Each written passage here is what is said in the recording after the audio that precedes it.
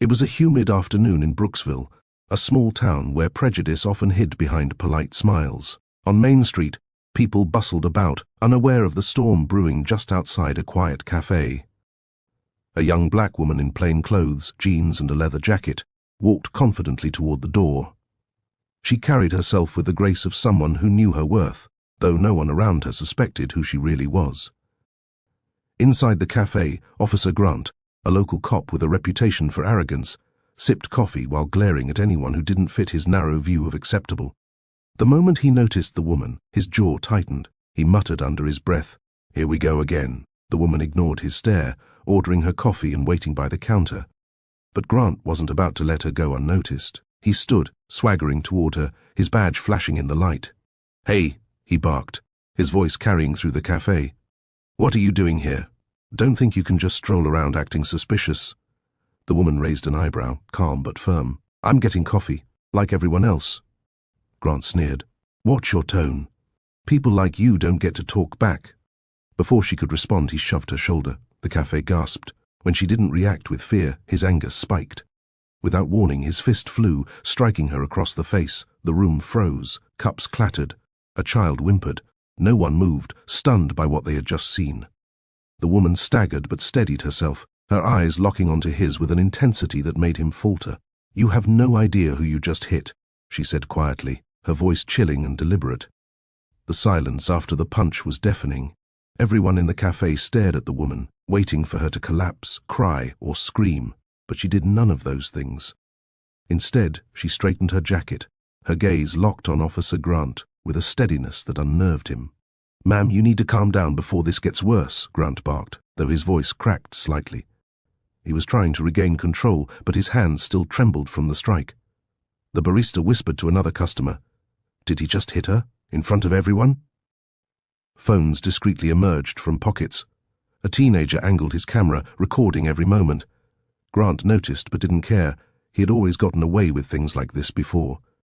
He leaned closer, towering over her, desperate to reassert dominance. "You people think you can just walk in here like you own the place," he spat. The woman didn't flinch. Instead, she calmly picked up her coffee, took a slow sip and said, "Funny you should say that, because soon enough I might." Confusion rippled through the room. Some chuckled nervously, unsure if she was joking, but her eyes held a weight that said otherwise. Grant scoffed, mistaking her calm for weakness. "You're coming with me. Right now." He grabbed her wrist roughly, trying to drag her toward the door, but before he could pull her, she pivoted with surprising strength, breaking free effortlessly. His eyes widened.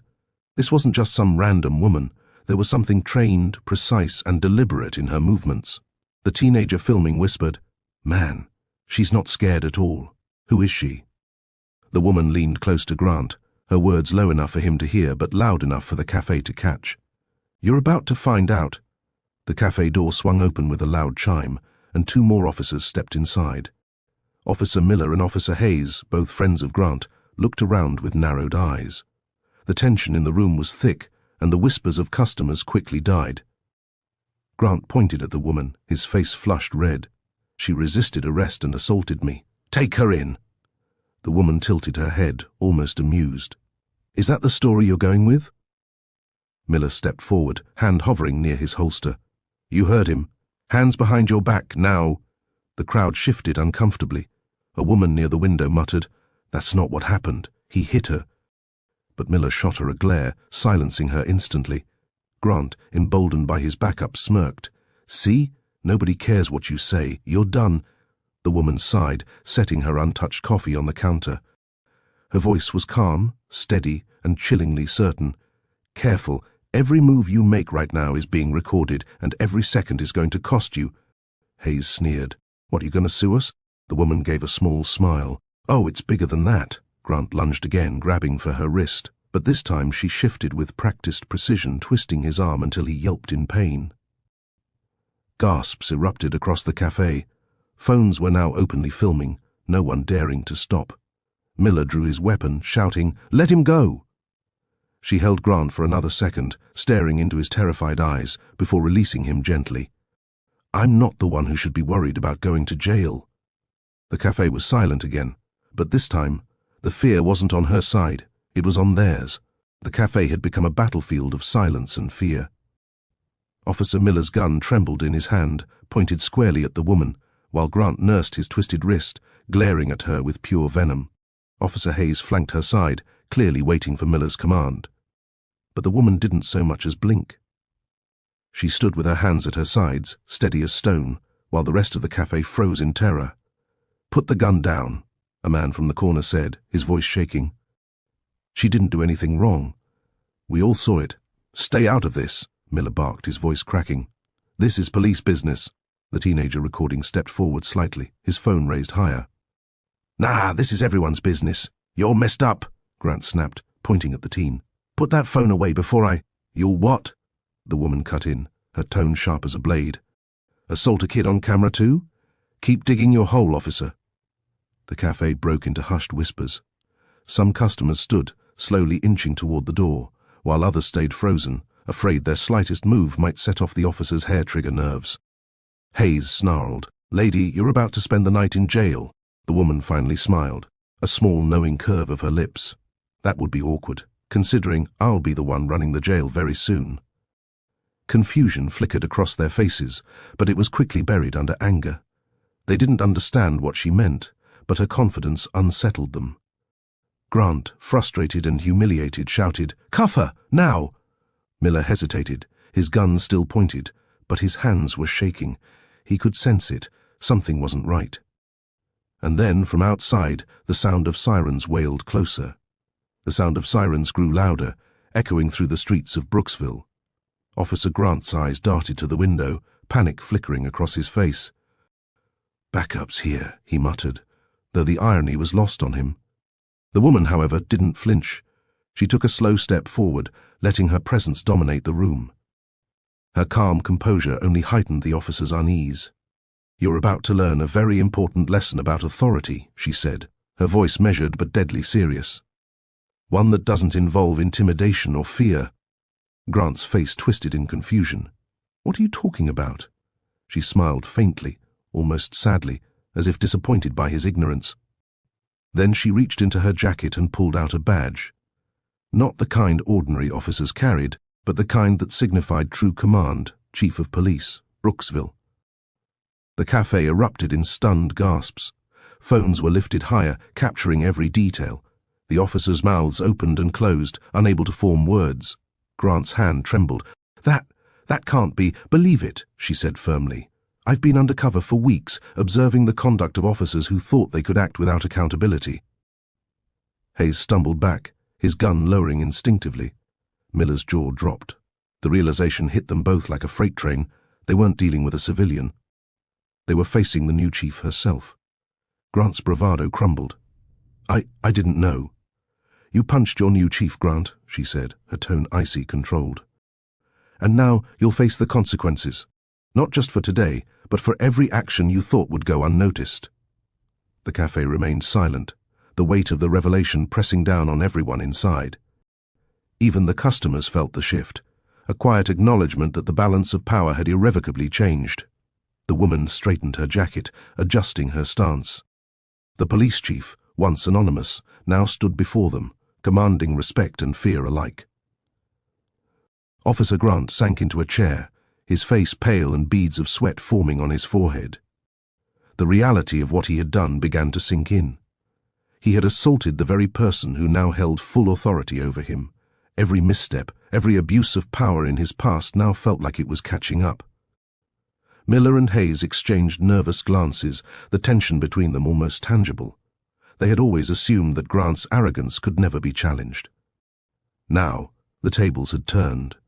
The quiet woman who had entered the cafe with nothing more than confidence and poise had shattered that illusion in a single afternoon. The chief walked slowly around the cafe, her eyes scanning the room. Customers whispered among themselves, amazed at the sudden display of authority. No one moved to interfere. They were witnesses to a rare and powerful moment of accountability. "You will come with me," the chief said, her voice calm but unwavering, addressing Grant.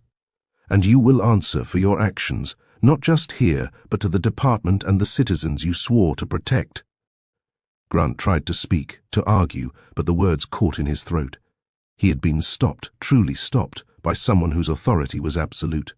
Miller, still holding his gun loosely, finally spoke. "Chief, we didn't know." The chief stopped and fixed him with a steady gaze. "Ignorance is no excuse, Miller. You witnessed the abuse of power. Inaction makes you complicit. I expect full cooperation, or you will face the same scrutiny." The cafe's atmosphere shifted further as she addressed the other officers. "This is a lesson for the department and for this town. Actions have consequences, and respect is earned, not assumed." As she led Grant and the others toward the door, the patrons of the cafe began murmuring among themselves, admiration in their eyes. The woman who had been underestimated had transformed the narrative of authority in Brooksville. Word spread quickly across Brooksville. By the time the chief exited the cafe with Grant, Miller, and Hayes in tow, a small crowd had gathered outside, curious and eager to witness what had just unfolded. Whispers and murmurs carried through the warm afternoon air. Phones were already live-streaming the event, and the town's social media began buzzing with clips of the confrontation. The chief walked with purpose, her steps measured and confident. The officers trailed behind, heads down, avoiding eye contact with the crowd that had once cheered for them in moments of staged authority. They were no longer figures of intimidation, they were symbols of accountability. A local reporter pushed through the crowd, microphone raised. "Chief Monroe, can you comment on what happened in the cafe?" She stopped and turned, her gaze sweeping across the faces before her. "What happened is a reminder to every officer in this town and every citizen that actions have consequences. Respect, professionalism, and integrity are not optional. They are required." The reporter pressed on. "And Officer Grant? He struck you. Officer Grant," she interrupted calmly, "assaulted a citizen believing she was powerless. That assumption is dangerous. He will face the department's disciplinary process just as anyone else would." The crowd murmured, some nodding in approval, others in shock. The chief's presence radiated authority, not fear, but an undeniable command that made even the most skeptical stop and listen. As the officers were led away, Grant's humiliation was visible for all to see. Miller and Hayes trailed behind silently, aware that their careers and reputations were forever changed. The chief turned to the townspeople, her voice softening. "Let today be a lesson. Justice does not bend for arrogance or prejudice. It is impartial and it is inevitable." For the people of Brooksville, a quiet respect settled in. The woman they had underestimated had become a symbol of accountability, courage, and unwavering authority. By the next morning, Brooksville was buzzing. The cafe incident had gone viral. Social media was filled with clips of the confrontation, showing Officer Grant's punch, the woman's calm response, and the reveal of her badge as the new police chief. Memes, news posts, and heated debates filled every feed. In the police station, tension was palpable. Officers whispered in hallways, sharing their versions of the story. Some expressed admiration for the chief's composure, while others complained about the embarrassment she had caused the department. The usual camaraderie among officers was replaced with uneasy glances and strained silence. Grant sat at his desk, staring blankly at his computer screen. His hands shook slightly as he scrolled through comments on social media. "Everyone's watching. Everyone knows," he muttered under his breath. He realized that he wasn't just facing internal consequences, he had become the subject of public scrutiny. Miller and Hayes approached cautiously, unsure whether to speak. You should probably think about your next move," Miller said quietly, trying to keep his voice steady. Grant sighed, finally lifting his gaze. "I didn't know she was the chief. I thought she was—" He trailed off, the shame evident. Meanwhile, in her office, the new chief reviewed footage from the cafe. She noted the officers' behavior, their lack of control, and the public's reaction. Her mind was already planning corrective actions, training sessions, and accountability measures. Brooksville would learn that authority was earned, not assumed. Across town, residents discussed the event. "Did you see that?" one woman asked.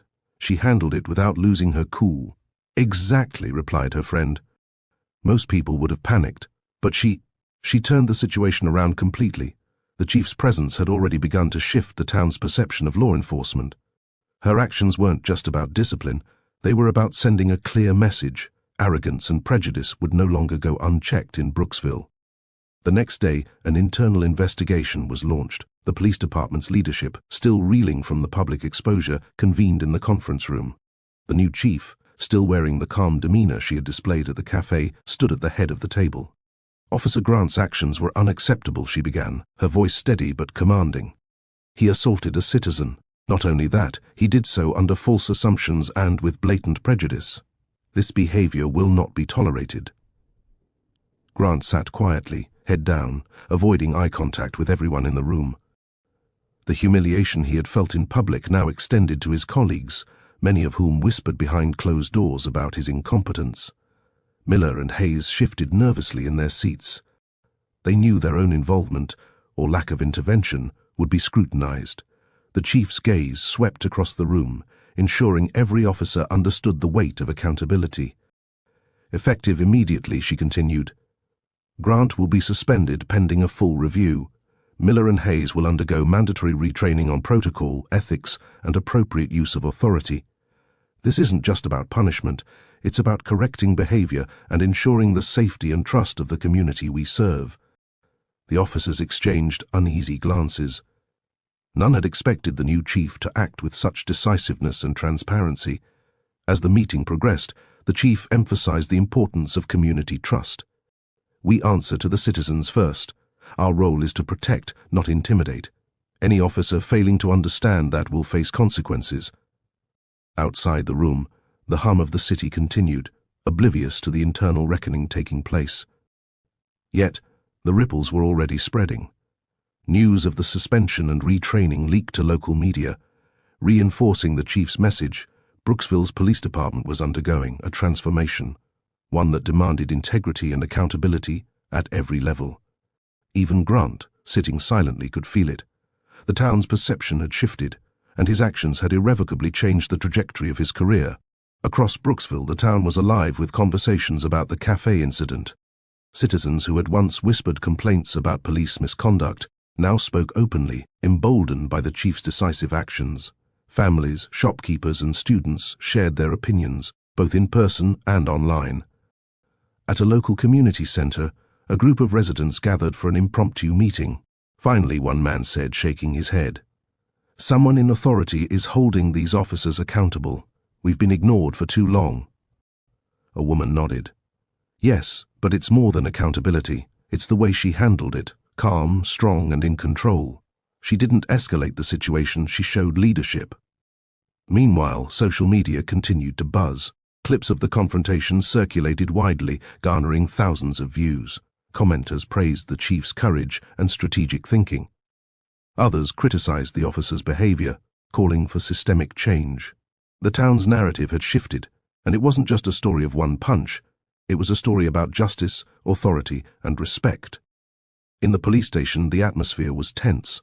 Officers moved cautiously, aware that every action could be observed, recorded, or scrutinized.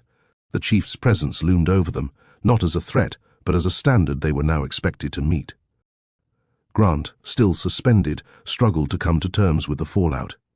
Each social media post, each whispered conversation in town reminded him of the gravity of his mistake. He realized that his career, reputation, and relationships within the department were all under scrutiny. The chief, reviewing reports from the cafe incident, noted the public's response. She knew that leadership wasn't just about enforcing rules, it was about earning trust, inspiring respect, and correcting systemic flaws. Her actions had sent a clear message: Brooksville would no longer tolerate abuse of power, prejudice, or arrogance. For the citizens, the chief's decisive handling of the incident became a symbol of hope. Change, long overdue, had finally arrived.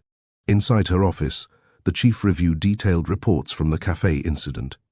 Each word, each statement from witnesses and officers was carefully analyzed. She wasn't just enforcing discipline, she was gathering lessons to prevent future incidents. Leadership, she knew, was not about fear or intimidation.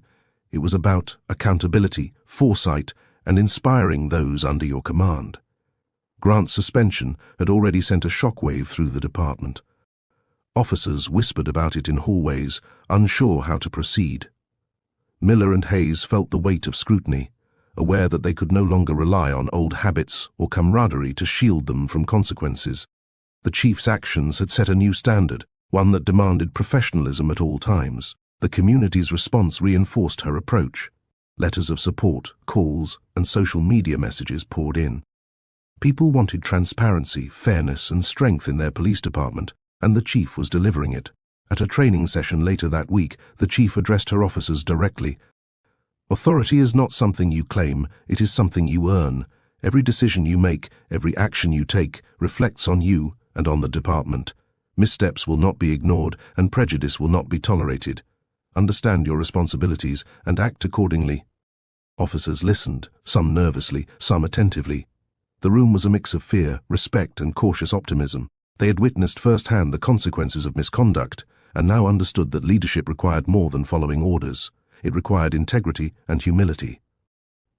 Meanwhile, Grant, sitting at home, reflected on his mistakes. His anger and embarrassment were replaced by a slow, grudging realization. The woman he had underestimated wasn't just strong. She was formidable, competent, and unstoppable. For the chief, the cafe incident was not merely a confrontation, it was a teaching moment.